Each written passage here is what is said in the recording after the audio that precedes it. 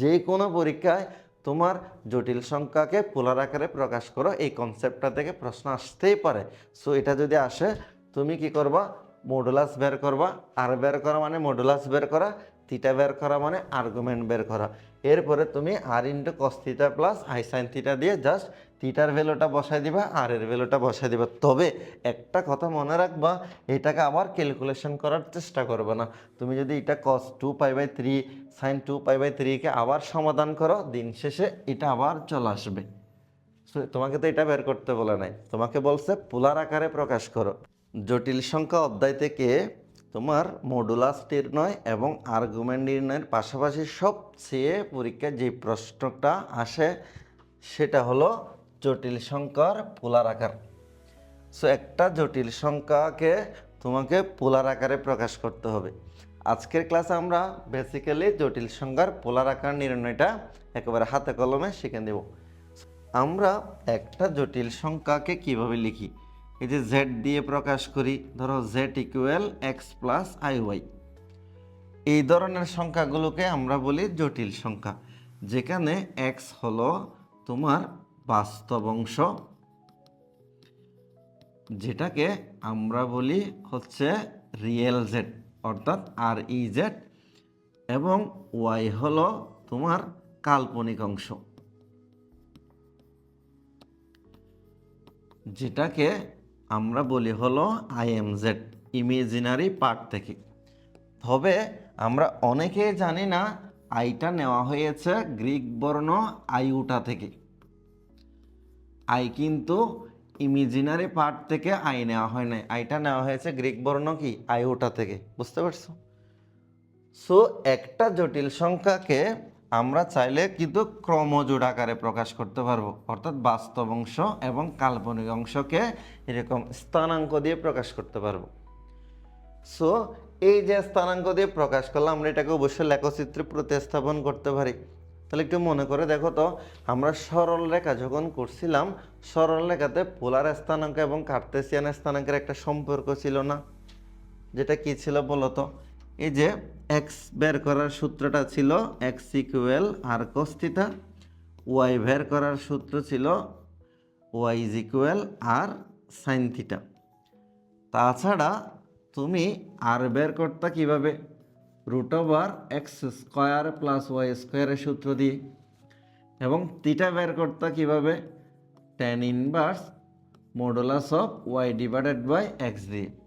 তবে থিটা কিন্তু 4টা চতুর্ভাগের জন্য 4 ভাগে বের করতে হবে। ঠিক আছে? আচ্ছা, এখন দেখো এই জটিল সংখ্যার পোলার আকারটা কি। সো আমরা যে বিষয়টা বললাম z equal x plus i y, এখানে যদি আমরা এক্সের ভ্যালু এবং ওয়াইয়ের ভ্যালুটা বসিয়ে দিই, তাহলে কি দাঁড়াবে, এক্সের ভ্যালু আর কস থিটা প্লাস ওয়াইয়ের ভ্যালু হলো আর সাইন থিটা। এখন তুমি এখান থেকে আর কমন নাও, আরকে যদি কমন নিয়ে ফেলো, cos theta plus i sine theta আসবে। ঠিক আছে? এখন cos r into cos theta plus i sine theta, এটাকে বলা হয় জটিল সংখ্যার পোলার আকার। তাছাড়া এই অংশটাকে তুমি অন্যভাবেও লিখতে পারবা। কিভাবে? R into cos theta plus i sine থিটাকে e to the power i থিটাও লিখতে পারবা। So e to the power i theta এটা আবার কি জিনিস, যে e to the power i theta equal cos theta plus i sine theta, এবং e to the power minus i theta equal হলো cos theta minus i sine theta. E to the power i থিটাকে আমরা লিখতে পারি কস theta plus i sine theta, e to the power minus i থিটাকে cos theta minus i sine theta বলা হয়। এই অংশটাকে আমরা বলি অয়লারের অবেদ। অয়লারের অবেদ বা অনেকে এটাকে অয়লারের সমীকরণও বলে। সো অয়লারের অবেদ থেকে আমরা লিখতে পারবো e to the power i theta সমান cos theta plus i sine theta, e to the power minus i theta সমান cos theta minus i sine theta. এই দুইটা জিনিস তোমাকে মাস্ট বি মুখস্থ রাখতে হবে, কারণ পরীক্ষায় যখন e to the power i theta আকারে তোমাকে দিবে, তখন কখনো এটা তোমাকে দেওয়া আছে বলে দিবে না, এই মানটা তোমাকে মুখস্থই বসাইতে হবে। সো তোমাকে যখন পোলার আকারে প্রকাশ করতে বলবে, তাহলে পোলার আকারে প্রকাশ করা মানে কি, r into cos theta plus i sine theta আকারে প্রকাশ করা। সো এখানে তোমাকে দুইটা জিনিস বের করতে হবে, একটা হলো আর এর মান, আর একটা হলো থিটা এর মান। সো আর থিটা জিনিসটা কি, আর হলো আমরা জটিল সংখ্যার যে মডুলাস বের করি সেটা, আর থিটা হলো জটিল সংখ্যার ক্ষেত্রে আমরা যেটা আর্গুমেন্ট বের করি সেটা। অর্থাৎ আর বের করব মডুলাস করার নিয়মে, থিটা বের করব আর্গুমেন্ট বের করার নিয়মে। বুঝতে পারছো? আচ্ছা, চলো আমরা একটা ম্যাথ প্র্যাকটিস করে নিই। সো তোমার বিভিন্ন বোর্ড পরীক্ষায় বা এডমিশন টেস্টে আসা পোলার আকারে প্রকাশগুলো দেখতে পাচ্ছ। সো অনেকগুলো ম্যাথ আছে এখানে, তোমাদের বইয়ে দেখবা অনেকগুলো এরকম ম্যাথ থাকবে। যে কোনো পরীক্ষায় কিন্তু এই ধরনের প্রশ্নগুলো অবশ্যই আসে, এডমিশন টেস্টে বলো, এইচএসসিতে বলো। তো আমি আজকে একটা ম্যাথ সলভ করে দিব, এটা বুঝতে পারলে তুমি ইনশাল্লাহ সবগুলো ম্যাথ নিজে নিজে করতে পারবো। আচ্ছা, 2 নম্বর প্রশ্নে আমার দেওয়া আছে কি -1 প্লাস i√3, এটা তো অবশ্যই একটা জটিল সংখ্যা। সো আমরা এটাকে একটু পোলার আকারে প্রকাশ করে দেখব। নাম্বার প্রশ্নে যেটা দেওয়া আছে -1 প্লাস i√3, তো এখানে বাস্তব অংশ কোনটা, এই যে বাস্তব অংশ, এখানে x এর ভ্যালু হচ্ছে -1, আর কাল্পনিক অংশ অর্থাৎ y এর ভ্যালু হচ্ছে কত তোমার √3। সো প্রথমে যদি আর বের করি, আর এর সূত্র কি বলতো, x² প্লাস y², ওই যে মডুলাস বের করার সূত্র, বাস্তব অংশের বর্গ প্লাস কাল্পনিক অংশের বর্গের যোগফলের বর্গমূল করলে তোমার যে কোনো জটিল সংখ্যার মডুলাসটা চলে আসবে। সেখানে মান বসিয়ে দাও, x এর ভ্যালু কত -1 প্লাস y এর ভ্যালু হচ্ছে √3, এই যে √3², তাহলে কি থাকবে ফাইনালি 1 + 3 = 2। সো আমাদের আর এর ভ্যালু আসছে 2। এখন তুমি থিটা বের করো, তাহলে থিটা বের করার ক্ষেত্রে তুমি দেখো তো এখানে কি আসছে, এই যে এটাকে যদি তুমি ক্রমজোড় আকারে লিখো, -1 √3 আসছে না, সো মাইনাস আর প্লাস আসছে, তাই না? তাহলে মাইনাস প্লাস হয় কোন চতুর্ভাগে, মাইনাস প্লাস হয় মাস্ট বি দ্বিতীয় চতুর্ভাগে। ধরো আমরা যখন চতুর্ভাগ বিবেচনা করি, এখানে স্থানাঙ্ক যখন বসাই, এই প্রথম চতুর্ভাগে হয় কি প্লাস প্লাস, দ্বিতীয় চতুর্ভাগে হয় কি মাইনাস প্লাস, তৃতীয় চতুর্ভাগে কি হয় মাইনাস মাইনাস, চতুর্থ চতুর্ভাগে প্লাস মাইনাস। এটা তো আমরা কম বেশি সবাই জানি। যখন তোমার কোনো একটা বিন্দু দ্বিতীয় চতুর্ভাগে থাকবে 180 মাইনাস করে বসাবা, যখন তৃতীয় চতুর্ভাগে থাকবে 180 প্লাস করে বসাবা, অথবা -180 প্লাস করে বসাবা। ক্লক ওয়াইসে বসানো যায়, এন্টি ক্লক ওয়াইসে বসানো যায়। যখন তোমার চতুর্থ চতুর্ভাগে থাকবে 360 মাইনাস করে বসাবা, অথবা -90 দিলেও তোমার হয়ে যাবে। ক্লক ওয়াইসে করা যায়, এন্টি ক্লক ওয়াইসে তুমি করতে পারবা। সো যেহেতু এটা তোমার কোন চতুর্ভাগ, দ্বিতীয় চতুর্ভাগ, তাহলে দ্বিতীয় চতুর্ভাগে কি করতে হবে, pi minus tan inverse y divided by কত x আসবে।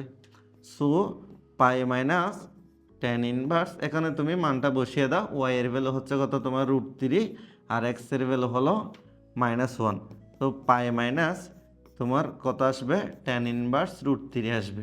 সো tan কত ডিগ্রির মান √3 বলো তো, tan 60 ডিগ্রির মান √3, তাহলে tan ইনভার্স tan তুমি পাই ডিভাইডেড বাই 3 লিখতে পারবা।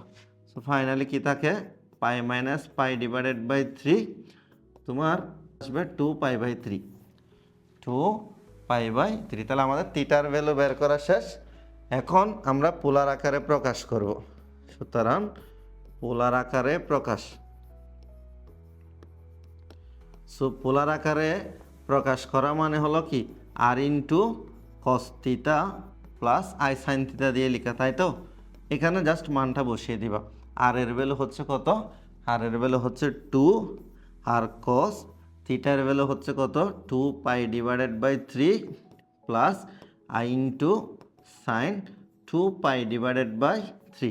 এটাই হলো তোমার -1 প্লাস √3 জটিল সংখ্যার পোলার আকারে প্রকাশ। ঠিক আছে, আশা করি বুঝতে পারছো। এখন তোমরা আমাকে বলো বাকি প্রশ্নগুলো পারবা কিনা। যেমন এটা দেখো পোলার আকারে প্রকাশ করা যাবে না, তো এটাতে বাস্তব অংশও নেগেটিভ, কাল্পনিক অংশটাও নেগেটিভ, তাহলে এটা অবশ্যই তৃতীয় চতুর্ভাগ, তাহলে -5 + tan ইনভার্স করলে হয়ে যাবে। আর এটা দেখো, এটা হচ্ছে দ্বিতীয় চতুর্ভাগ। তারপরে এখানে এই যে দেখো, এটা কি আকার আছে? ভগ্নাংশ আকারে আছে। ভগ্নাংশ থাকলে তুমি সরাসরি কি করতে পারবে না, পোলার আকারে প্রকাশ করতে পারবে না, মডুলাস বের করতে পারবে না, আর্গুমেন্ট বের করতে পারবে না। এখানে তোমাকে একটা কাজ করতে হবে, সেটা কি, এই ভগ্নাংশ থাকলে তোমাকে তাকে আগে মানুষ বানাইতে হবে। মানুষ বানানো মানে বুঝছো, এই যে a+ib আকারে প্রকাশ করবা। a+ib আকারে প্রকাশ মানে হরের টোটাল অংশটা বাদ দিয়ে দিবা। সো এখানে হরের মধ্যে কত আছে? 1 - √3i আছে। সো এটার কনজুগেট মান বা অনুবন্ধী, যেটাকে আমরা বলি, অনুবন্ধী চিনো? আচ্ছা, যারা চিনো না, অনুবন্ধী ব্যাপারটা হচ্ছে এরকম, z = a+ib আছে। এখন জেডকে যদি অনুবন্ধী করো, জাস্ট আইবি করে দিবা, শুধু কাল্পনিক অংশের চিহ্নটা পাল্টে দেওয়া মানে অনুবন্ধী। ঠিক আছে, তাহলে এখানে 1 - √3i কে যদি 1 + √3i দিয়ে উপরে নিচে গুণ করো, তাহলে নিচের অংশটা অবশ্যই চলে যাবে। চলে যাবে মানে এটা একটা কি হয়ে যাবে, এটা একটা তোমার বাস্তব অংশ চলে আসবে। ঠিক আছে, তুমি যদি একটা জটিল সংখ্যাকে তার অনুবন্ধীর সাথে গুণ করো, তাহলে সেখানে কি আসবে জানো? বাস্তব অংশের বর্গ প্লাস কাল্পনিক অংশের বর্গের যোগফল চলে আসবে। বুঝতে পারছো? সো এটাকে তুমি a+ib আকারে প্রকাশ করে তারপর মডুলাস আর্গুমেন্ট বের করে পোলার আকারে প্রকাশ করবা। আর 6 নাম্বার প্রশ্নে ডিরেক্ট করে দেবে, যেমন এখানে বাস্তব অংশ -√3, এখানে হচ্ছে 1 কাল্পনিক অংশ। সো এটা বুয়েট ভর্তি পরীক্ষা 11-12 শিক্ষাবর্ষ ছিল। যে কোনো পরীক্ষায় তোমার জটিল সংখ্যাকে পোলার আকারে প্রকাশ করো, এই কনসেপ্টটা থেকে প্রশ্ন আসতেই পারে। সো এটা যদি আসে, তুমি কি করবা? মডুলাস বের করবা। আর বের করা মানে মডুলাস বের করা, থিটা বের করা মানে আর্গুমেন্ট বের করা।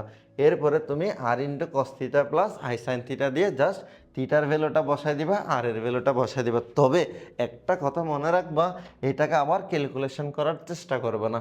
তুমি যদি এটা cos 2π/3 sin 2π/3 কে আবার সমাধান করো, দিন শেষে এটা আবার চলে আসবে। তোমাকে তো এটা বের করতে বলে নাই, তোমাকে বলছে পোলার আকারে প্রকাশ করো। পোলার আকারে প্রকাশ মানে আর এবং থিটা সম্পর্কিত কনসেপ্টটা নিয়ে আসা। সো আশা করি বুঝতে পারছো সবাই। এই ধরনের প্রশ্নগুলো সলভ করবা। সবাই ভালো থাকবে, সুস্থ থাকবে। সালাম আলাইকুম।